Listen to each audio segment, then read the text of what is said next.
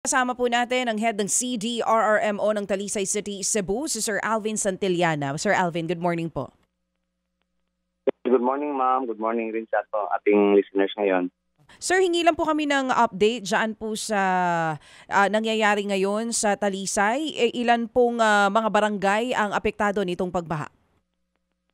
Okay, with regard sa yung tumaas na tubig na umapaw sa river ng Mananga, si Barangay Campo 4, Aklupan, Lagtang, Lawaan 3, Tabunok, San Isidro, Mohon, Lawaan 2, Biasong, and Dumlog. So there are 10 barangays na hard hit at ng Bagyo Tino, no?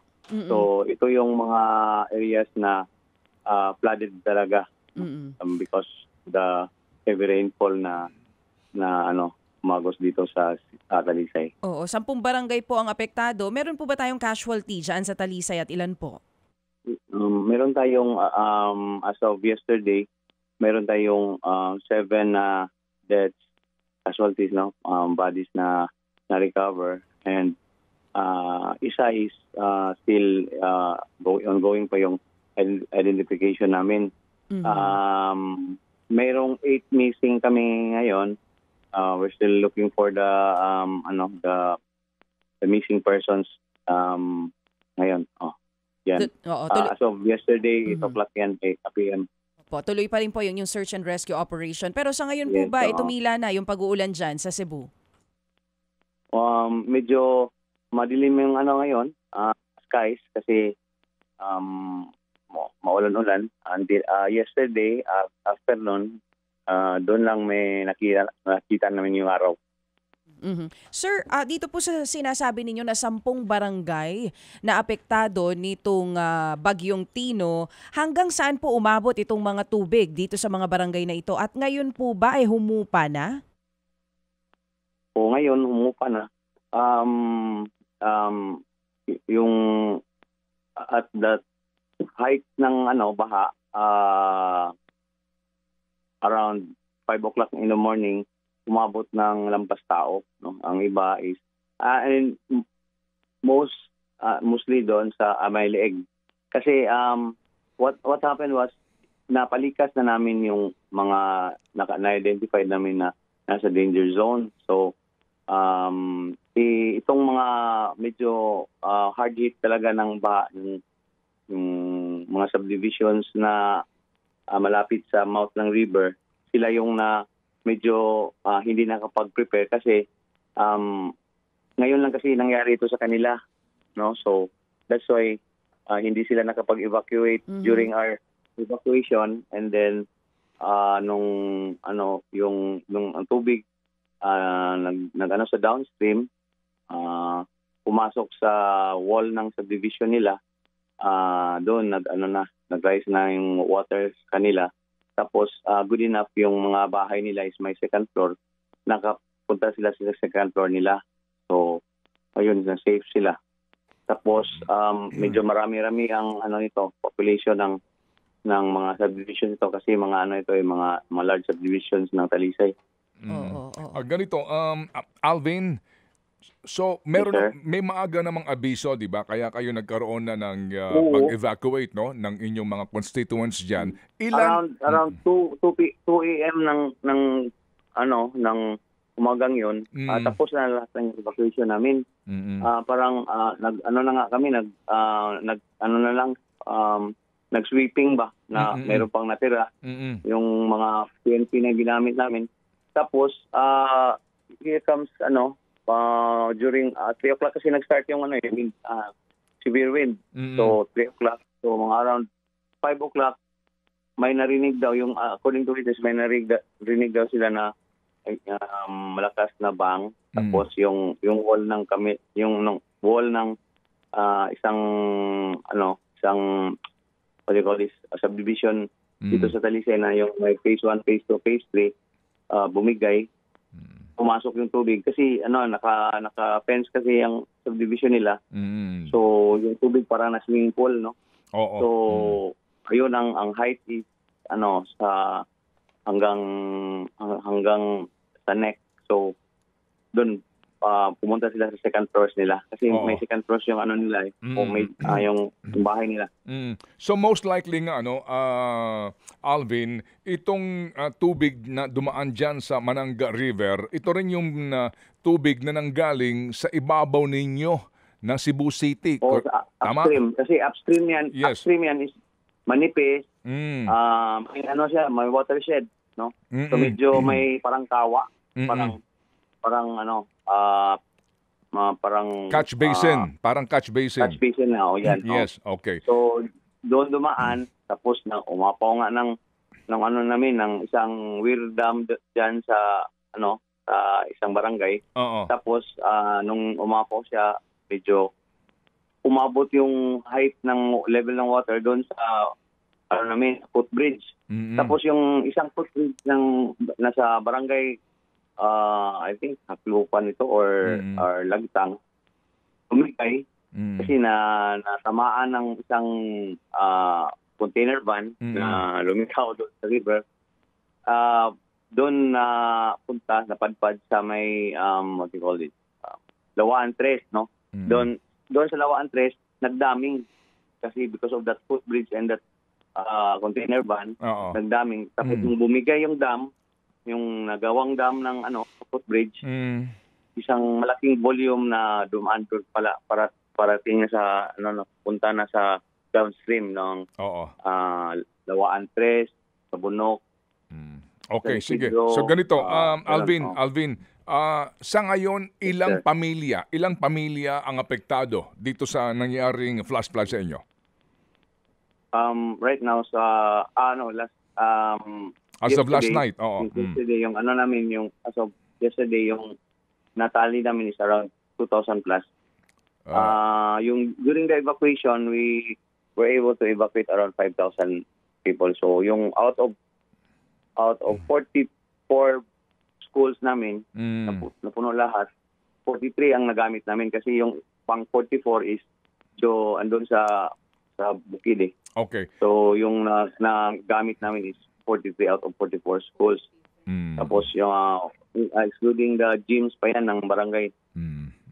Sa ngayon sa buong Talisay, ilang mga barangay ang hindi binaha? As in kahit pa paano hindi problema ang mga bahay ng constituents? So far during the meetings with all the barangay captains, may dalawa lang na barangays na hindi na medyo ng baha or napektuhan ng Typhoon Tino. Okay. Ang Talisay, meron kayo diyang 21 na mga flood control projects. Actually, kayo ang pinakamarami na mga flood control projects sa usapin nitong number of projects, no? Nakatulong ba ito naman? Sir, I'm not sure kasi hindi namin project yung flood control na I think it's DPWH, no? So that's why we don't have any control of the flood control project. So as I've seen, umapaw kasi si water level ng Mananga doon sa mga riverbank protection na ginawa ng DPWH. Kahit na kasi nga gaano pa kaganda itong flood control project, kung overflowing talaga yung tubig, masyadong kasi si Mananga kasi if you take a look at Google, medyo siya wide, no? Tapos yung ginawa ng DPWH is medyo narrow lang. Sige, ganito. Sa ngayon, meron pa kayong mga hinahanap. At itong mga hinahanap, ang mga hinahanap nyo, pinangangambahan natin na baka inanod? We have right now 8 missing na nakatali namin. We're hoping na may ma-recover na still na mga tao na or ma-rescue na tao na among this list, sila yon, no? We're hoping na hopefully survivors lang sila. Salamat naman kung ganoon nga. Sana nga hindi lang sila malocate, no, at mga buhay itong mga hinahanap nyo. Okay, meron kayong injured? Maraming injured, sir. we brought around 5 para doon sa hospital namin sa Cebu South Medical Center. Madala namin around 5 or 6. Tapos yung mga minor injured lang doon lang na-treat namin sa kanila. Okay. Sa ngayon, during that incident. Sa ngayon, kinakaya ba ng LGU yung pagpapakain, yung pagkanlong, pagkalinga dito sa inyong evacuees? Kasi sir, before the incident happened, yung barangay officials na coordinate namin, na meeting namin with the mayor, si Mayor saw to it that si barangay use their DRM funds para nila yung evacuation.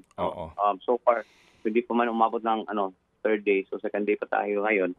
Medyo may pa sa pagkain. Kaya pa. Tapos on the third day, bibigyan pa namin sila ng take home for 1 week na provision. So probably sa ngayon kaya pa, pero if there are yung marumong yung hearts nila is soft na makapagbigay ng let's say donations dito sa Talisay, mas maganda sana. Sige, kasi kami mamaya tatawag din sa DSWD at papunta yata dyan ng Presidente to assess and perhaps magbigay ng agarang tulong. So sa ngayon, itong mga subdivisions dyan na totally nga hanggang bubong binaha ito, ano yan? Yan ba ay mga subdivision na luma na? Anong sitwasyon dyan? Hindi naman gaano, sir. Around siguro mga 10 years na ito, no? So hindi anong luma na. Tapos maganda naman itong mga subdivisions, so malalaki yung kanilang drainage, malalaki yung nila, yung roads nila. Yun lang is na parang na-trap yung water ba sa fence nila. Na umapaw yung water. Oo. Kasi nga nagkaroon nga hindi kasi hindi mo makokontrol kapag sobra ang laki ng volume. May nga sa kami, sir, may class A na subdivision dito na apawan, right lang siya, right adjacent lang sa Mananga River, but siguro may kalayuan lang, mga around siguro 20 meters from the river. Pero bumigay kasi yung wall nila That's why umapaw. Tapos hindi makapag lusot yung water sa nila fence kasi yung fence nila is masyadong paggagawa solid. So what happened was tumaas yung tubig at the height of the pagdating lang sa height ng fence nila, doon lang lumabas yung water.